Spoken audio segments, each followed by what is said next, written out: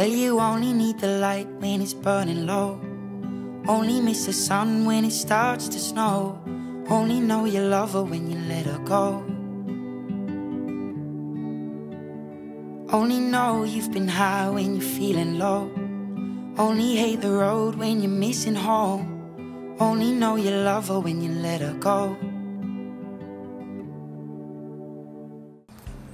Olá, o Atitude de Negócio hoje é muito especial e espiritual também, pois estou aqui eu no Seminário Bom Jesus e o nosso entrevistado de hoje é o arcebispo cardeal de Aparecida, Dom Raimundo Damasceno.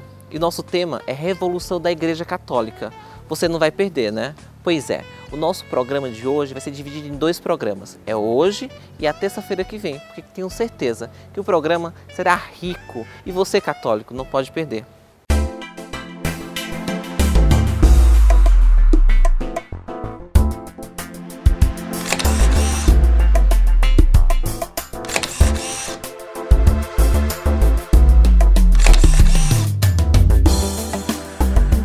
Damasceno, eu vejo que o senhor é um homem de muita história e até serve de exemplo e inspiração para profissionais da área religiosa. Conta um pouco para mim da tua história, como tudo iniciou, por que essa vocação, da onde surgiu essa vocação para a área religiosa? Bom, minha vocação começa na família, começa na paróquia onde eu vivia, uma cidade muito pequena, 5.000 habitantes, em Minas Gerais, Capela Nova das Dores, e lá, é claro, nós tínhamos todo um ambiente religioso. Eu era coroinha, e quando por lá passou em 1948, um irmão marista, encarregado de, digamos, de buscar vocações para os irmãos maristas. E ao passar por lá, ele visitou as escolas, as nossas salas de aula, fazia perguntas sobre a religião, e no final ele perguntou quem queria segui-lo, quem queria ir com ele para estudar com os maristas no estado do Rio de Janeiro, na cidade de Mendes. Isso era em que ano? Isso em 1948. E eu tinha 10 anos. Levantei a mão e disse que queria segui-lo. E então o irmão, é claro, conversou comigo, não acreditou muito na minha decisão, porque eu tinha apenas 10 anos, mas combinou comigo de que ele iria a uma outra cidade buscar um candidato para os irmãos maristas. Quando ele voltasse, o trem passaria na estação ferroviária, em Carandaí, num determinado dia, numa determinada hora. Se eu estivesse lá, ele me levaria. Se não estivesse, também nós não tínhamos nenhum compromisso. E eu realmente mantive a palavra. E naquele dia, naquela hora marcada pelo irmão, eu estava na estação ferroviária, em Carandaí, e aí o irmão desceu do trem, me pegou, me colocou dentro do trem, e eu segui viagem para Mendes, onde fui então fazer meus estudos, eu diria, hoje chamados os estudos de ensino fundamental, que compreende as 8 séries, né, básicas, fundamentais do ensino. E terminado esse período, eu decidi realmente ser padre. A minha vocação era para o sacerdócio, mas por uma razão ou outra eu acabei chegando, começando a minha vida com os irmãos maristas. Percebi que eles não celebravam missa, que eles eram educadores, formadores, e na época, como eles usavam batina, então era muito fácil uma criança confundir um irmão com um padre, porque ambos usavam batina. Mas eu não fazia essa distinção ainda exatamente o que era irmão e o que era um padre, né? Eu apenas tinha uma visão externa da maneira como eles se vestiam, e para mim eram todos padres. Quando eu percebi que eles não celebravam missa, não eram padres, eram educadores, aliás, uma vocação muito bonita, muito bela, eu decidi então deixar os irmãos para buscar um caminho, né, para o sacerdócio. Portanto, buscar um seminário onde eu pudesse me preparar para ser padre. Então deixei os irmãos maristas e me dirigi ao seminário de Mariana, onde é justamente a arquidiocese, onde está a minha cidade, Capela Nova, e mais precisamente Conselheiro da Faete, para onde meus pais já tinham mudado naquela época. Então fui para o seminário e aí sim comecei a minha caminhada rumo ao sacerdócio, me preparando com os estudos de filosofia e de teologia. E essa informação para a sua família, para os teus pais, foi bem aceita? Porque hoje a gente vê que falta, né, a inspiração dos pais para com os filhos na área religiosa, infelizmente. E naquela época, como foi a aceitação da tua família? Naquela época era muito normal, né? Um filho, sobretudo de uma família numerosa, como era no caso a minha família, nós somos 10 irmãos, então era muito natural que um filho fizesse essa opção na sua vida. Meus pais eram muito religiosos, respeitaram essa minha decisão, embora tomada ainda com 10 anos, mas eles a respeitaram, me apoiaram, evidentemente, não me forçaram em nada a ser padre, né? Mas sempre apoiaram, admiravam essa minha decisão, de modo que fiz meu curso em Mariana, o clássico, hoje chamado o ensino de segundo grau, né? E o ensino médio, e depois comecei a filosofia.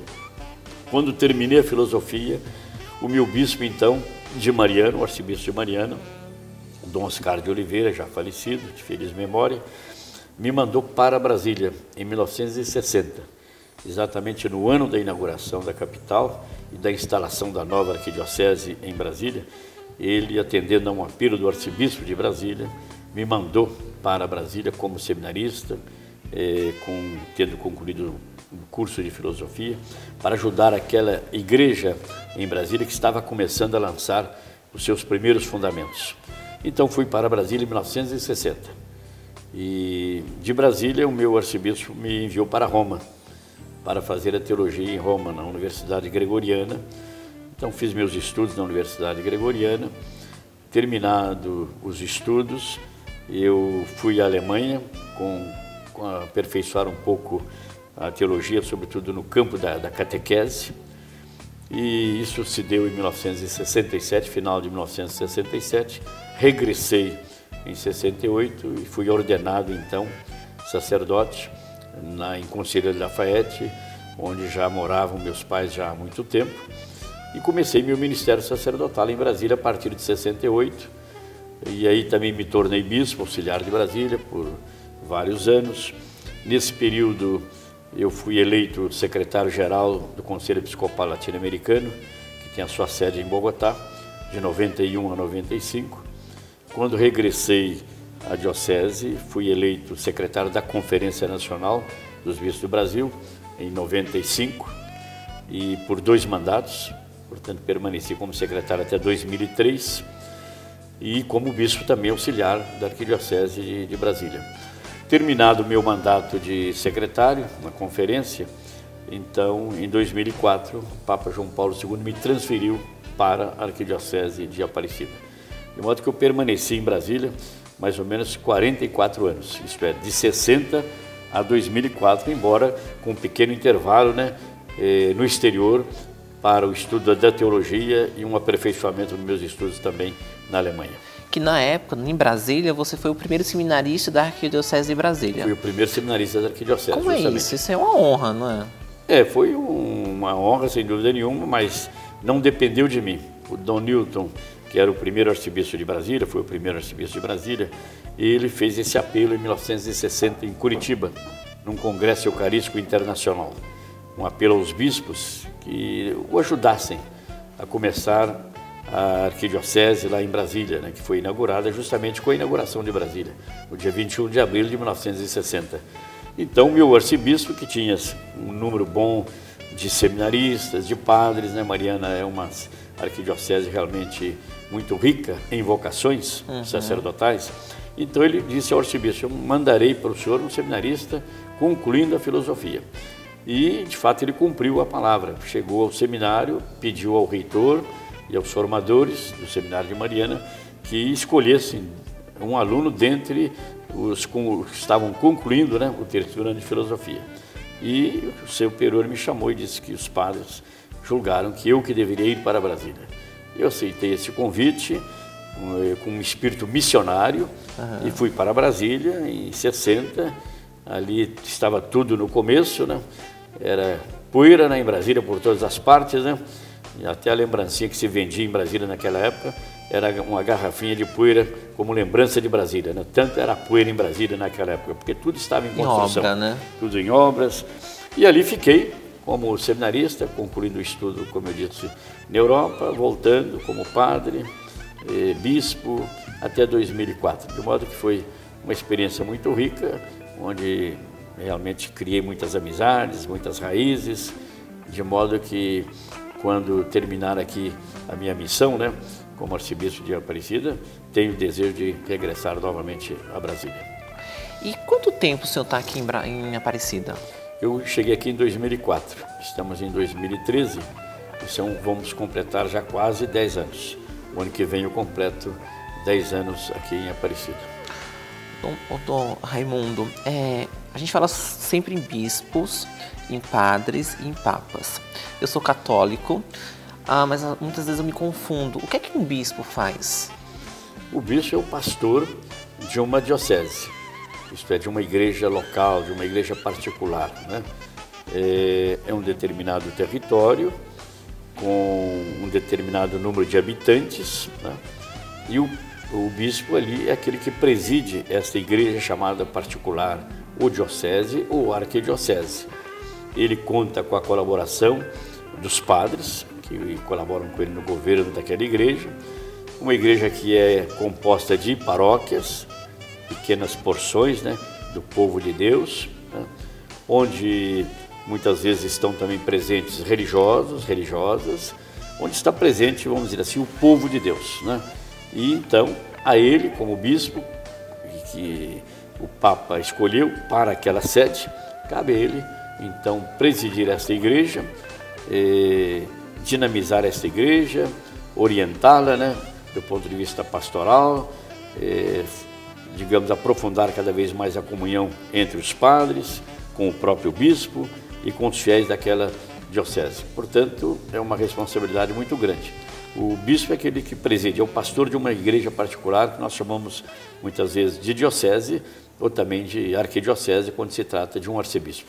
E como que o padre se torna bispo? Tem um prazo, tem um tempo que eu preciso ser padre para me tornar bispo? Quem é que nomeia o bispo? Não, canonicamente, para ser bispo, você tem que ter no mínimo 35 anos.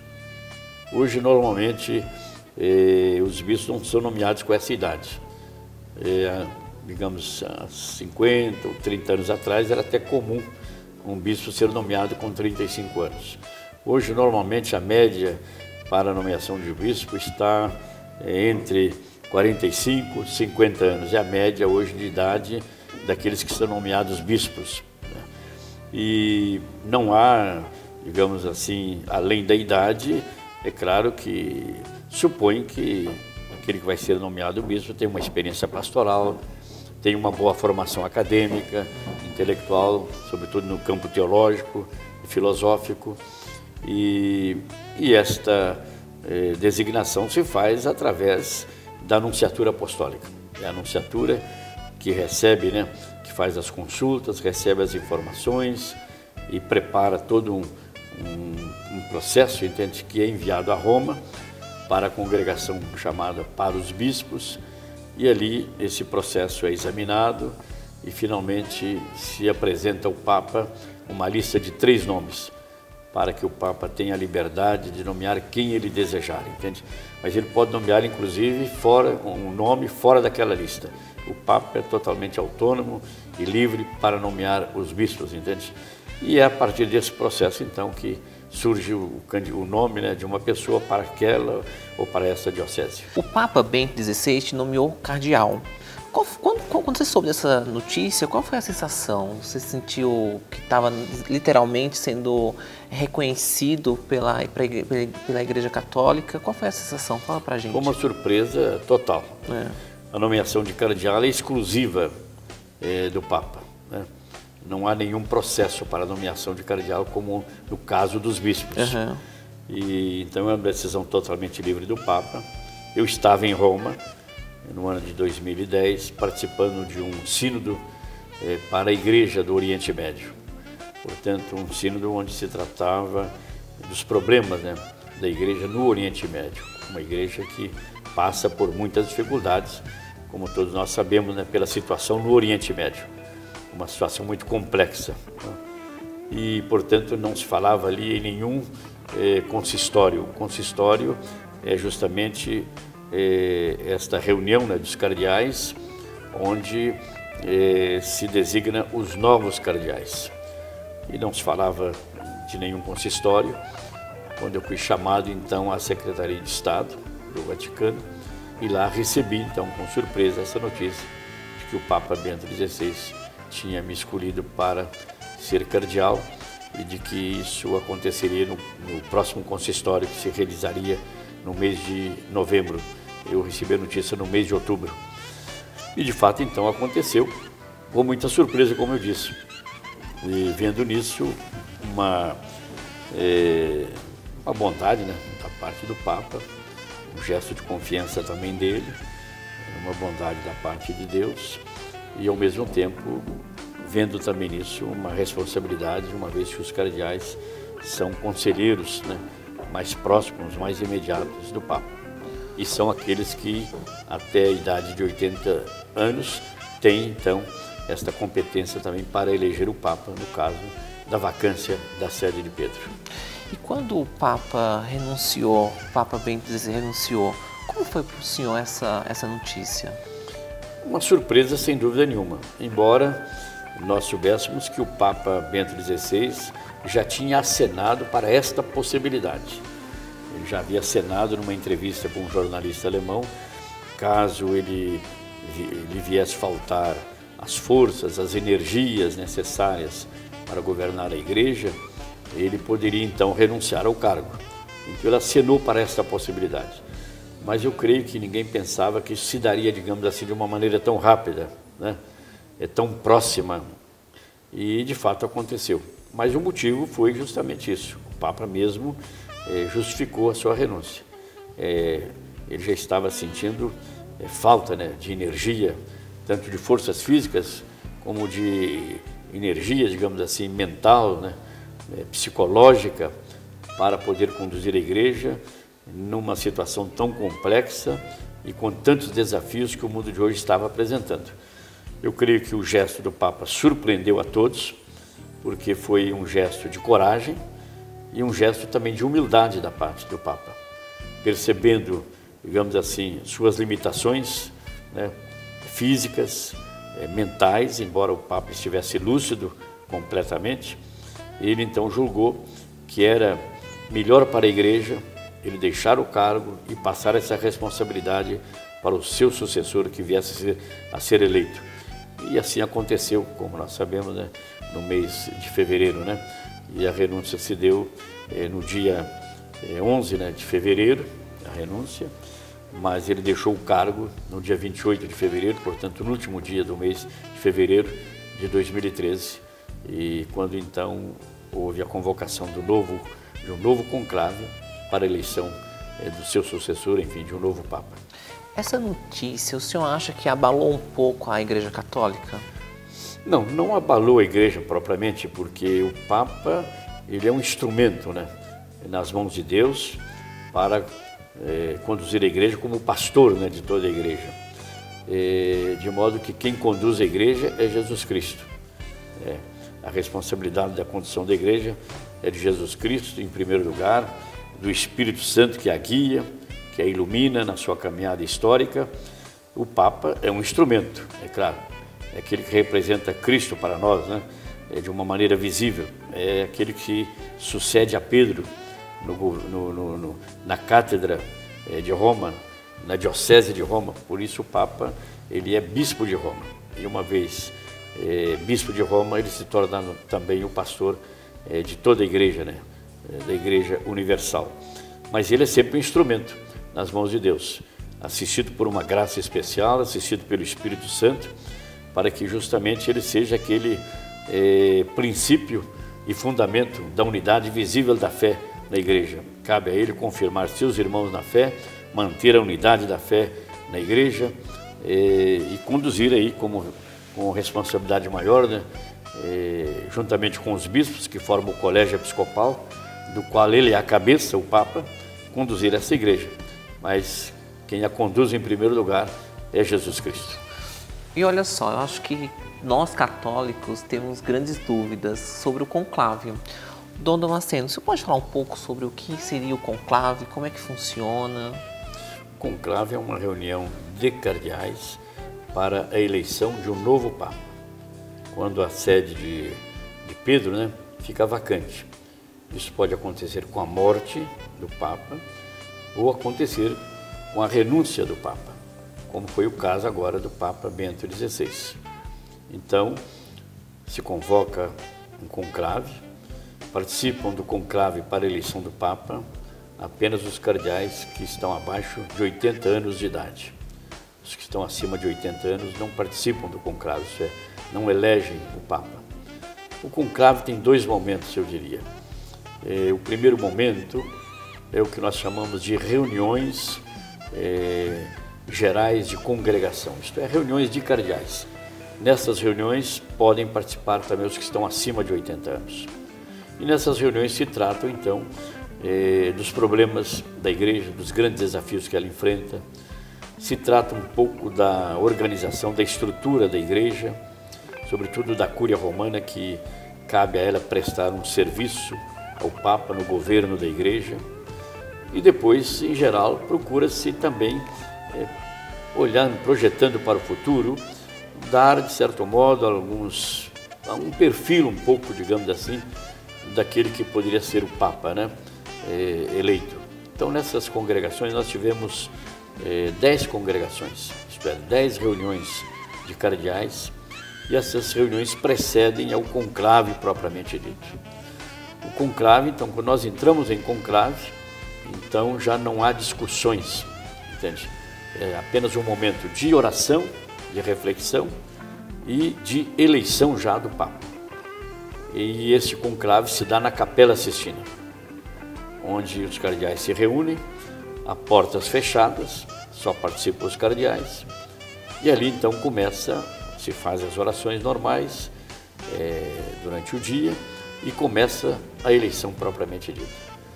E após cada escrutínio, então, nós vamos vendo, né, os que receberam votos e vamos percebendo quem vai tendo mais votos do que o outro, e assim os escrutínios vão se sucedendo até chegarmos aos 2/3 requeridos para a eleição de um cardeal para ser Papa. Precisa, pelo direito, né, 2/3 dos eleitores.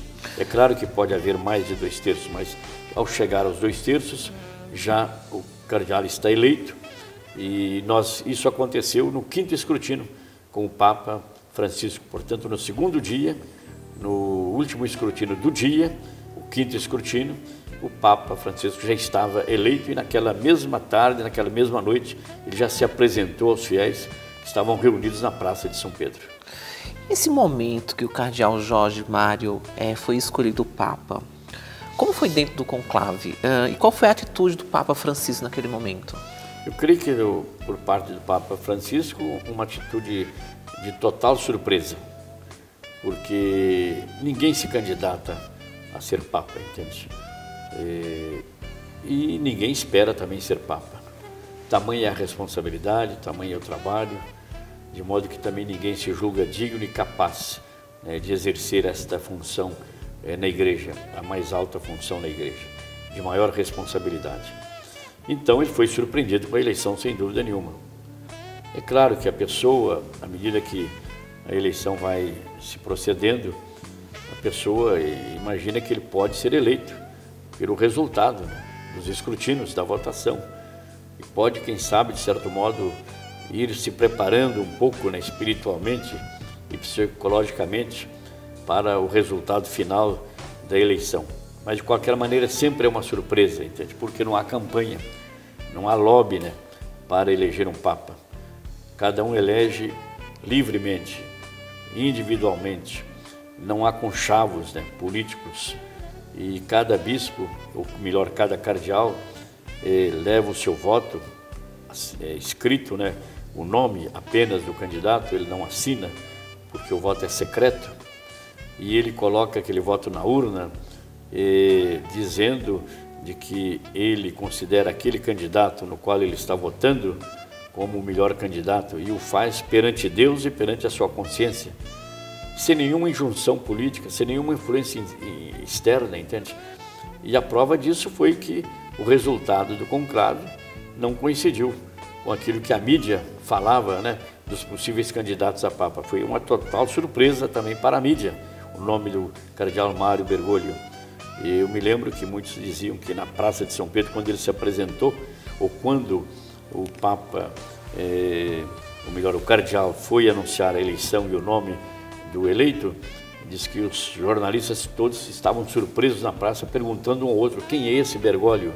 Quem é esse Mário Bergoglio? De onde ele é? Eles não esperavam realmente. Então, eles receberam isso com muita surpresa. Surpresa, eu digo, também para o mundo de um modo geral, mas resultado, eu creio, de muitas orações. Porque as orações hoje em dia, através das redes sociais, os contatos se multiplicam no mundo inteiro e as pessoas estavam muito unidas em oração, pedindo a Deus pelos cardeais. Inclusive havia aquele projeto Adote um Cardeal, e muitos adotaram um cardeal para rezar por aquele cardeal, para que Deus o iluminasse e escolhesse o melhor candidato que para o bem da igreja, pensando no bem da igreja, não no bem pessoal de cada um. E o resultado foi essa surpresa. O cardeal Bergoglio, eleito Papa, escolheu esse nome tão simpático e tão significativo de Francisco, e hoje nós estamos vendo realmente como fazendo parte dos desígnios de Deus essa eleição. Está ali a simpatia, né, com que o Papa Francisco está sendo acolhido de um modo geral, não só no interior da igreja, mas até por pessoas também que não participam da mesma fé, né, nossa, né, católica. Vocês estão gostando do programa de hoje? Tenho certeza que estão adorando, não é verdade? Porque o Dom Damasceno está tirando muitas dúvidas nossas sobre a Igreja Católica, essa revolução que está acontecendo, não é verdade? Pois é, então você não pode perder, porque o próximo programa também vai ser com o Dom Damasceno. E eu tenho certeza que ele vai tirar várias dúvidas, inclusive de polêmicas. Você não pode perder o próximo programa, 22h30, no canal 13, às terças-feiras. Atitude de Negócio. Well, you only need the light when it's burning low. Only miss the sun when it starts to snow. Only know you love her when you let her go. Only know you've been high when you're feeling low. Only hate the road when you're missing home. Only know you love her when you let her go.